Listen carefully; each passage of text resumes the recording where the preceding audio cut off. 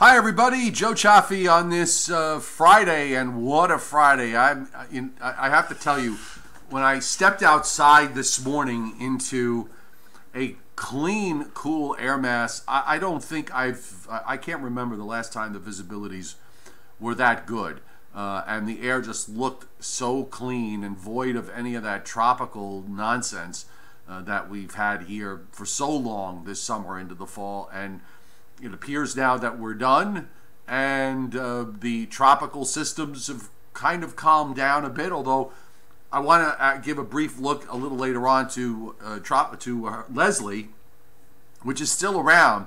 And my colleague Joe Rayo pulled up one of the first advisories in the first weather discussions from the Hurricane Center when Leslie burst onto the scene about 65 advisories ago, or however it was, and on their first advisory and on their first technical discussion, they said this system is likely to be very short-lived. It's just, when I say that weather is a humbling occupation, it is. It really is. You think you have it all figured out, and then as soon as you do, a curveball comes along and really throws you for a loop. Hope everybody had a great Friday. We've got a nice weather pattern going forward overall, at least in terms of cool autumn air for the eastern part of the United States, which is I'm looking forward to. And actually, that cool weather pattern, it turns into a cold weather pattern going back into the Rockies, because we've got some snow to talk about this weekend, and I'm going to get to that in just a second. But I just want to get a little, just to do the business out of the way first at the top. Welcome to my new subscribers, by the way, those of you who have joined in the last 10 days or so. I hope you like what you see, and please participate in the chat. We love to have conversation here. Just want to let you know really fast that I do have a platform on Patreon. You can join that. We've got posts up there exclusive only to Patreon, and also there's an app that you can download onto your phone, so you could have this experience on your phone as well. And we also do some exclusive videos too for Patreon members only, certainly when weather is important. We try to get at least one of them done a day. I will put the link up there. It's just $2 a month to subscribe. There's some higher tiers, but $2 a month gets you in. And it is a great way to support my channel and what I'm doing. And thank you for those of you who have joined and have messaged me back that you like it. So that's a good thing. Okay, so we got that taken care of. I'll put the link up and we'll get things going. We've got snow, as I said, to talk about, and that is going to be out in the Rockies. And I've brought up, and you can access this, by the way, by going to weather.gov. And on their list of links, just click on winter weather. This is the probability of, you can actually set the parameters to whatever you'd like in terms of snow amounts. But I've put in the probability of 4 inches or more. This is ending tomorrow night. And my experience is usually if it's higher than 40%, it's got a pretty good chance of happening. So that's in the darker greens and the blues. The blues indicate 50% chance of 4 inches or more. And you can see there are a few areas there that are focused in Wyoming and parts of southern Montana. And then we have this in 6-hour increments. So it gradually, you see a larger area of greater than a 40% chance of 4 inches or more. And moving into Sunday morning, again, 6-hour increments here. You have actually quite a high probability being indicated for southeastern Wyoming and northern Colorado. And then going through the day on Sunday and into Monday, that area gradually spreads southward through much of Colorado and into into Kansas. Except for the southeastern part of the state, much of the state's got a shot for some snow, and on up into southern Nebraska and on into Sunday night, and even into Monday morning and Monday afternoon and evening. It starts to diminish and it moves down into New Mexico. It's a pretty useful tool. If you want to use another parameter, right, we can go to just greater than an inch, and there you've got 90% probabilities showing up through Wyoming and Montana, going into the night and going into Sunday night into Monday. It spreads down into Denver. We have our first, by the way, winter weather advisories up and winter storm warnings that are up. Winter storm watches that are up. Now here's what the Weather Service is forecasting, and I'm going to defer to them because my expertise is not in the Rockies, and I don't know the area very well at all. I'm a northern Mid-Atlantic to southern New England type of guy when it comes to the winter time. The other areas I tend to get a bit stretched a bit, and in the Rockies I don't know too much about how the topography works, but nonetheless, these are snow amounts, and I'm using the guideline through 8 p.m. Sunday. So you'll notice that at least through Montana, western Montana down through Wyoming, we're talking about the darker blues reflect potential for 6 inches, and these printouts of 6 in one spot, 8, 11. But you can see how they just, they kind of reflect the terrain and the elevation impact here when you see some of the bigger numbers. And that also extends down into the state of Colorado. Now going east into Kansas and into Nebraska, a general 1 to 4 inch snowfall is forecast there, and even into parts of North Texas, just north of Amarillo, into the panhandle of Oklahoma and northeastern New Mexico. So this is going to be the first one of the season, and it's actually covering a rather large area. Here's the look from the standpoint of the watches and warnings from the Weather Service. Their map tonight. So we've got winter weather advisories up for a chunk of Wyoming and then down into Colorado, including Denver, and then a bit of a gap, and then we have winter storm watches that are up for parts of southeastern Colorado and northeastern New Mexico. While this is happening, by the way, we do also still have flood watches up for parts of southwest Texas and on up in toward northeastern Texas and southern Oklahoma because of this weather front that's pushing southward and the next high that's going to be dropping down. So there's going to be some overrunning rains to deal with there. And up into the Midwest and around the Great Lakes, where we had frosts and freezes last night. We've got various frost and freeze warnings up for tonight. Elsewhere, though, there's really not a whole lot happening, which is a good thing. Nice to have a quiet weekend. There are no major storms around, and that is not unusual. Whenever you have, most of the time, when you have a big event in the atmosphere, and we just had possibly a borderline Category 5 hurricane with Hurricane Michael, the atmosphere likes to take a bit of a break. So it relaxes somewhat. Doesn't always happen like that, but a lot of times it does. Here are the rainfall amounts for the next 7 days, and it's big time rains for the Gulf Coast of Texas with some 5-inch plus amounts, and also for the interior of Texas and on up northeastward into Arkansas and parts of western Tennessee into western Kentucky, southern Indiana, southern Illinois. And then up in the colder area, you can see the liquid amounts that are being generated as you head up as you head up through the Rockies, with generally amounts totaling under an inch in most places. Some places, though, as you move into southern Colorado and into New Mexico and in parts of Kansas, there in West Kansas, you're looking at some liquid amounts of 3/4 of an inch to 1.5 inches of liquid, and in some places, some of that will be snow, and in other places, it will be all snow. Certainly in the mountains, I would expect that it would be all snow.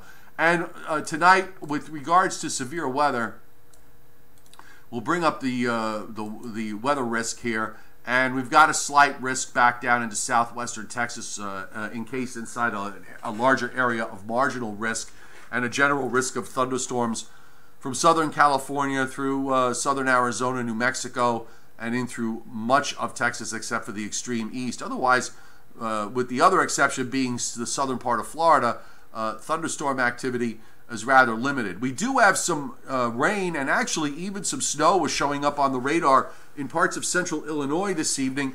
That is moving to the east and that is part of the next upper air disturbance that is coming eastward that will bring in a reinforcing surge of the cool, dry air that is over the northeast and mid-Atlantic states that arrived today on the backside of Michael. Michael is a non-tropical storm at this point, and it is sitting off of Nova Scotia. You can see it there. Actually, Nova Scotia is getting some rain out of this based on what I've seen with the radars. And then we have this disturbance to our west. That is going to be coming through the east tomorrow morning with just a few showers.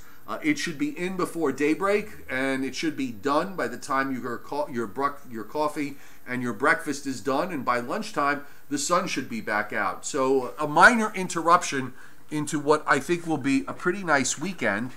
And then, of course, we'll be watching the buildup of the next weather system that is going to be affecting the plain. So let's take you through the weather models tonight and give a look at what's happening. First, we'll take care of the east, and then we're going to go on to the west. So here is, I think we probably have enough of the GFS to look at going forward, and we'll have the new GFS. We have it at least out through day 6. So here's our disturbance for this evening.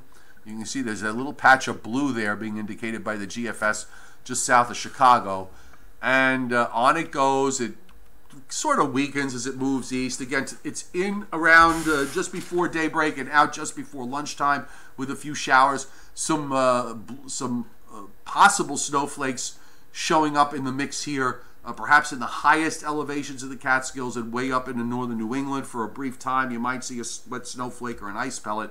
And then the high builds in to finish off the weekend on a good note. The next cold front comes through on Monday. Not a whole lot with that, but there is another shot of chilly air for Tuesday and Wednesday, chilly for this time of year at least. The front's going to get hung up a bit from the southern mid-Atlantic states down into off the Texas coast. We talked about this yesterday. You're going to have a bit of a gradient developing along the Texas coast from the cold high to the north. This is not going to be a tropical system here, but I wouldn't be surprised if some gusty winds develop with lower pressures in the southwestern Gulf and the high pressure to the north. There'll be a frontal boundary in between, separating the cool Canadian air from the tropical air to the south. And sometimes in cases like this, you can wind up with something tropical trying to develop down in the southwestern Gulf. And more often than not, those systems don't wind up moving northward. They usually either wind up sitting in the southwest Gulf or going westward, or even west-southwestward and going inland. So once that front plays through on Monday, it looks like another system plays through. A little wave develops on that stall front. It goes off the mid-Atlantic coast Tuesday night into Wednesday morning, with another shot of chilly air to follow for the end of next week. This is the pattern overall going forward. We are going to see cold front after cold front, cool air mass after cool air mass coming in, and that is going to prevent it from getting warm and humid again. Without a big ridge off the east coast, it is going to be tough to get tropical air in here, and I don't think anybody's going to complain too much about that, considering all the humidity we've dealt with. Now, what's happening in the northern Rockies is we have another high that's building southward out of Canada. It's creating east winds from the Dakotas on across Wyoming into Idaho. So you get upslope with that. And that lift, you wind up squeezing out the moisture that's in that air, however little there may be, and it's going to be cold enough for snow. So that's what the GFS and the NAM and the European and the Canadian all show, as that upslope area, the high pushes southward, so you start to see that impact of snow further south. It's not so much maybe for the Rockies, but it probably is a bit of an early snowfall for parts of Kansas and Nebraska here, the first one of the season. And you can see the impact down through Texas with northeast winds and rather chilly temperatures up through much of the state, north and west of the frontal boundary, which eventually does sink southward and offshore. But the gradient here is fairly tight across central and north Texas, so it may be pretty windy in this area along about later Sunday night, and Monday as that high presses southward. There's no real organized storm here that we're dealing with. It's just it's just upslope and a little, and that's it. And sometimes you can get some pretty hefty snows just from that in that part of the world. Now the upper air pattern, I think we'll just go back one run with this, and here's the upper air pattern going forward, and we continue to see the model trend, and I'll back it up so we can see the start of things this week when we had Michael approaching the Panhandle, and we had the ridge off the East Coast, the upper high off the East Coast, the trough along 110, ridge in the Gulf of Alaska, trough out at the international date line, and of course Michael playing a big role in flipping this whole pattern 180 degrees, because now you have a trough in the east, and it's a trough in the east that's going to want to stay there. Upper high along the west coast, and a trough and deep low in the Aleutians. That vortex that's up in Canada gets kind of locked in there, so it just sort of rotates around and around, and you get trough after trough coming through not only through the 10-day period, but actually through the 16-day period. We still have a trough in the east. It seems as if, at least according to the world that the GFS paints, and the European does lend support to this, but in the world that the GFS paints, we are going to be in this pattern probably through the end of the month and into the beginning of November at the very least. So for a change, instead of being locked into a pattern with a ridge in the east, we're locked into a pattern that it is going to be chilly in the east and warm and a little bit on the quiet side in the west. So the absence of big storms, that's the other thing. At least at this point, it doesn't look like we have any major storms to deal with. Sometimes when I see patterns like this, when you get a ridge that starts to fly up in the west, you got to watch for some sort of shortwave trough that may want to try to dive in and do something along the east coast. That's just open speculation on my part. There have been some subtle hints of that something happening way down the road in terms of maybe a low along the coast, but it's way too far ahead to speculate. I'm just saying that when you have a setup like this, sometimes you can have something of consequence happening. There are no tropical systems around. I'm wondering whether we're going to see a shutdown going forward in terms of tropical storm activity. Wouldn't be a huge shock. We've had hurricane seasons sometimes literally shut down in the middle of October, and then you don't see another system after that anywhere. Not impossible, but that's another item for longer term speculation. Just want to take a look at Leslie, because it's still there. We actually still have Nadine. If you look on the lower right, you can see the Cabo Verde Islands. Nadine is to the west of the Cabo Verde Islands and very weak. It's going to be gone before too long. And we've got Leslie kind of in between the Azores, which are on the upper right, and then on the go south and east of there, you have the Canary Islands. But if you look north of the Canary Islands, there's an island there called Madeira. That island has never in recorded history seen a tropical storm, at least according to the data that the Hurricane Center has. And the government of Portugal had to put a tropical storm warning up because of the large circulation of Leslie will probably have some impact on the island of Madeira. So more unusual stuff that is happening this hurricane season, much like some of the unusual stuff that we've seen in the last couple of hurricane seasons. And by the way, some of the GFS, at least, I don't know if the new one did it, we can look at it. The GFS was taking Leslie north of the island of Madeira and into Portugal, so we can check that out on the new run. And here we go. So there you see it here on the GFS. Michael is near Nova Scotia, which actually kind of also brings some rains to southern Newfoundland and then out. But there it goes. Leslie holding together enough that it takes it right into Portugal along about later Saturday night. This is midnight Saturday night into Sunday morning, making landfall there in Portugal. And Michael, as an extra tropical storm, racing across the Atlantic and holding on to an identity as it moves south of Ireland and then gradually weakens as it moves it into northern Portugal, the remnant low, sometime during Monday afternoon. I mean, go figure if that winds up being real. Other than that, when we looked at the tropics going forward, they really didn't show too much. I think if we're going to see anything come out of happen in the next couple of weeks, it'll be either in the Caribbean or in the southwestern Gulf of Mexico, in my opinion, based on what I'm looking at in terms of the upper air. The Cabo Verde season is done, and even if something were to come off the African coast and spin up near the Cabo Verde Islands, I think we're well past the point of anything making it all the way across.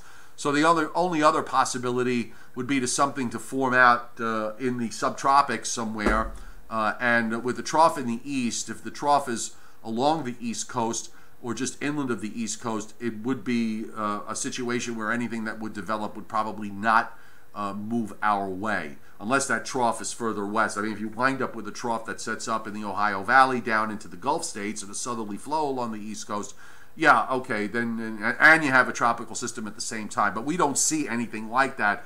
And I would think that as we go through the month of October and go into the early part of the month of November, the odds of something like that happening are relatively low.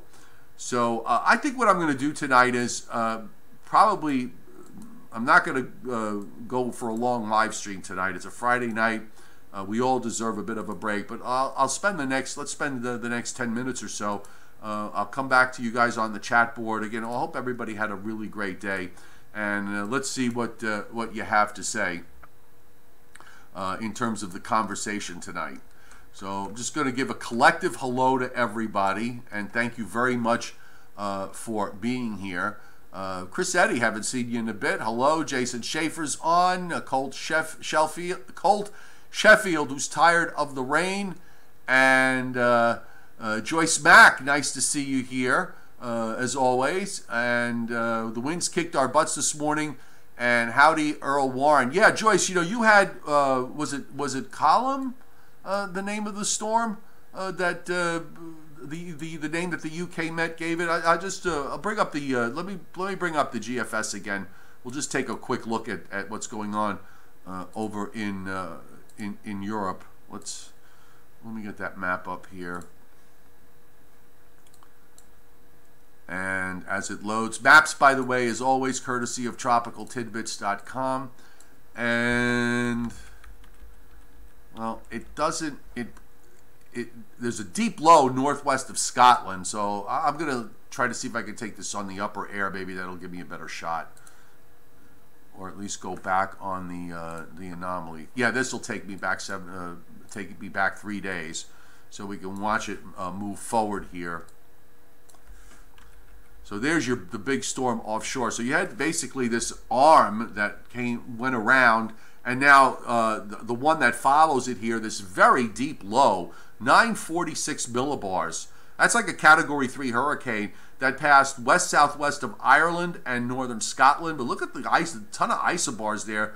The gradient fairly tight, especially, of course, in and around the low. But you also have a very strong high in Siberia here that it's working against. So there's a pretty tight southerly gradient. You must have been blowing away for a number of hours here for Thursday night, last night into this morning. And now, of course, conditions do relax. And there you can see, by the way, Leslie going into Portugal. And here comes Michael as it weakens. Actually, Michael winds up getting absorbed to some degree by this low that's out in the North Atlantic. So the circulation just pretty much tries to fall apart as it moves into either northernmost Portugal or northwestern Spain. But that was some low that you had, Joyce Mack, passing by offshore of you. Oh, I forgot to put the map up. I'm sorry. Here, let me show you really fast again. Oh, it's been one of those days today. Hang on. Thought I'd put it up to the top. There you go. My apologies. So let's back it up. And here's, so this is now Thursday, and there's that deep low. So this was the storm that I did get other reports about trees being uprooted and trees down. This was earlier today, moved up to the north, and now here comes Leslie going into Portugal, and here comes Michael as it falls apart and moves up into northwestern Spain. Just incredible, really, that you're getting two storms there coming in, one from the southwest and one actually coming in from the northeast. Highly, highly unusual. All right, here I'm back. Hang on, back to the chat board here. 45 degrees right now where Johnny Quest is. Yeah, you got some chilly nights ahead for you, buddy. You just get this upper air disturbance that goes through tonight with a few showers, and that should be it. Robert Russo, nice to see you. William Huber, always good to see you. As one of my Long Island neighbors, I was not here for the tornado last week. That was right near my house, by the way. 99 Wolves, Arlington Heights, Illinois. It's the town of home to the Arlington Million and John Dooley, right? Who calls the races there? I think I remember the name right. Huge fan of his, by the way. Even though I'm not 100%. Is it John Dooley? I think he's the race caller there, and a darn good one. And I know you like snow, but you want it in November. By the way, I haven't seen it. I've been told that the European monthlies for the Northeast and Mid-Atlantic states are very bullish for snows for December, January, and February. I'm only saying this. I have not seen the maps. I'm not a huge fan of them, and just because that's what they have doesn't necessarily mean that that will come to fruition. Although I will say that the European last winter was on some of those monthly maps was not half bad, especially I think for the latter part of late February and March, if I remember correctly. But it wasn't it wasn't bad. Let's put it that way.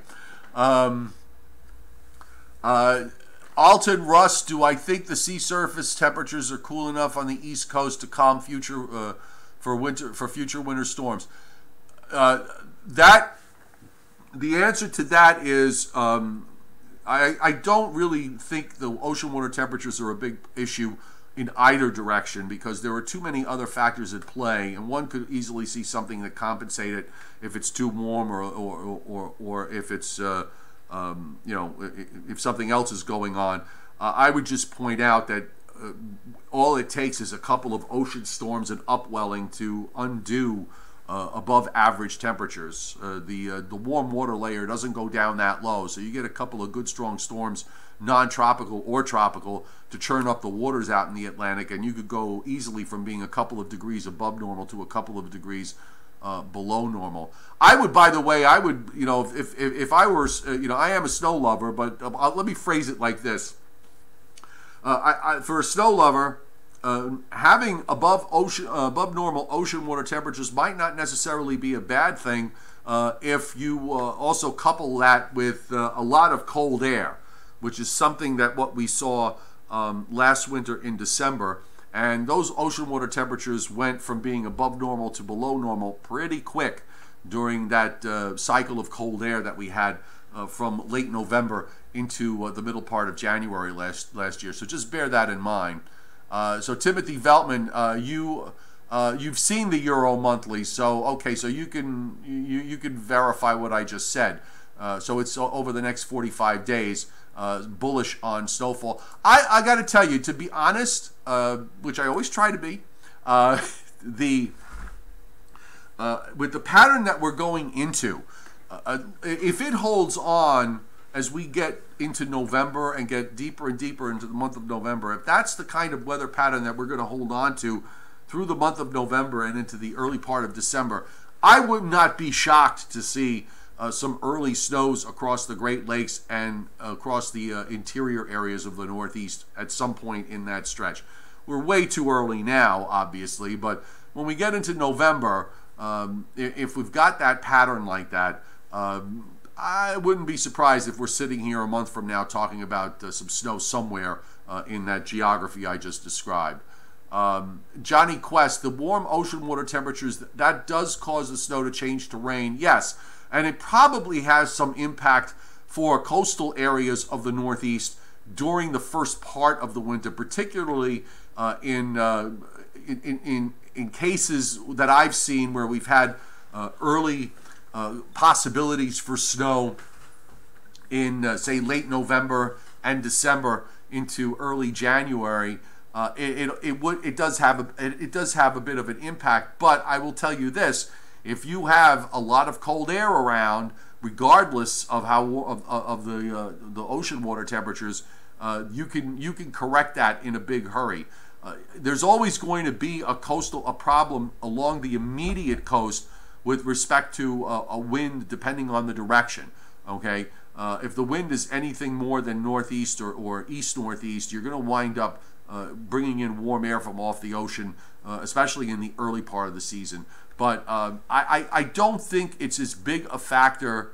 I've seen above normal, snowfalls in winters, above normal snowfalls occur with ocean water temperatures out of whack. I don't pay a huge amount of attention to that particular factor.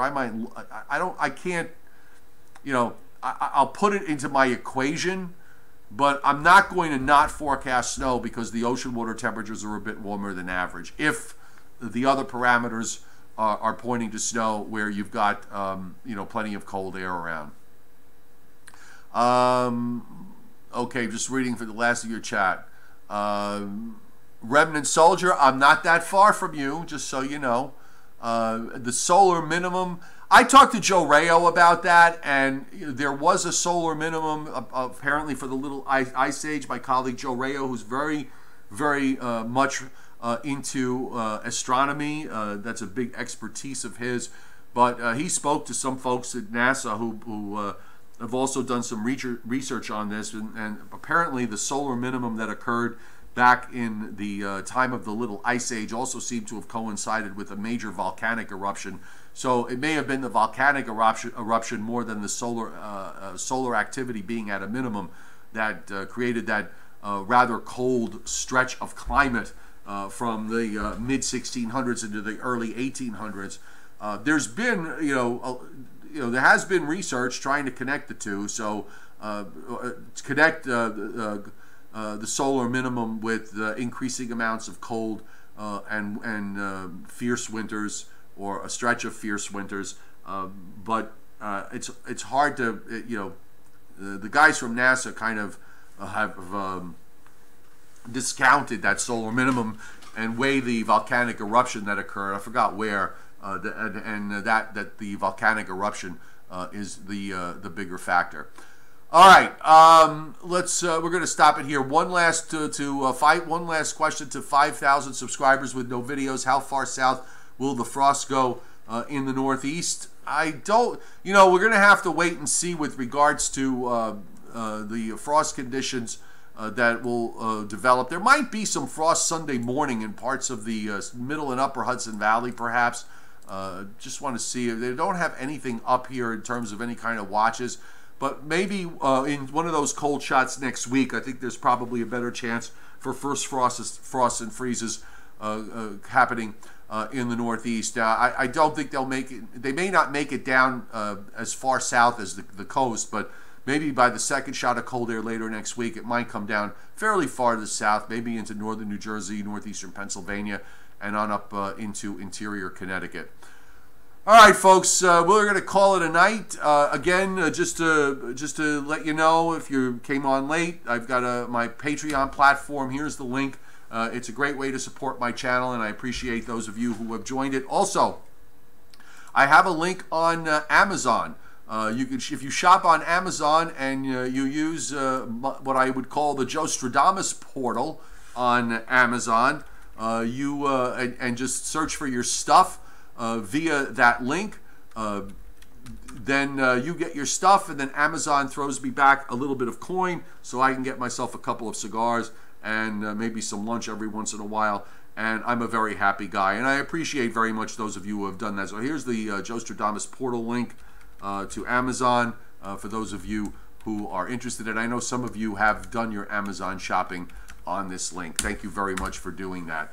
All right, this weekend, it's going to be on the quiet side. I may just take tomorrow off and we'll come back on Sunday. Of course, every time I say that, then I wind up sitting around tomorrow at some point with nothing to do, and I'll say, you know what, maybe I'll do a video. So if I feel inspired, I'll jump on and I'll schedule it. But if you don't see anything on the schedule, then I'm probably going to take the day off and we'll come back Sunday night. And I don't have to watch the Giants on Sunday since they played on Thursday in that debacle last night. So that's one less thing for me to worry about. And we did a Joe and Joe show last night, William Uber at 9:15. I think we'll try and do one again tonight to wrap it up. Usually we do the Ask Me Anything night on the Joe and Joe show on Friday, or Ask Us Anything. So we may do that again. I'm thinking with the weather on the quiet side, we might have a small crowd tonight, but we'll give it a whirl. If it looks like everybody's interested, we'll stay for a while. If not, we'll just cut it short. All right. By the way, I am planning. I'm trying to go fishing tomorrow. We'll see. Have a great night, everybody. And if we don't see you tomorrow or on the Joe and Joe show tonight, we'll see you on Sunday.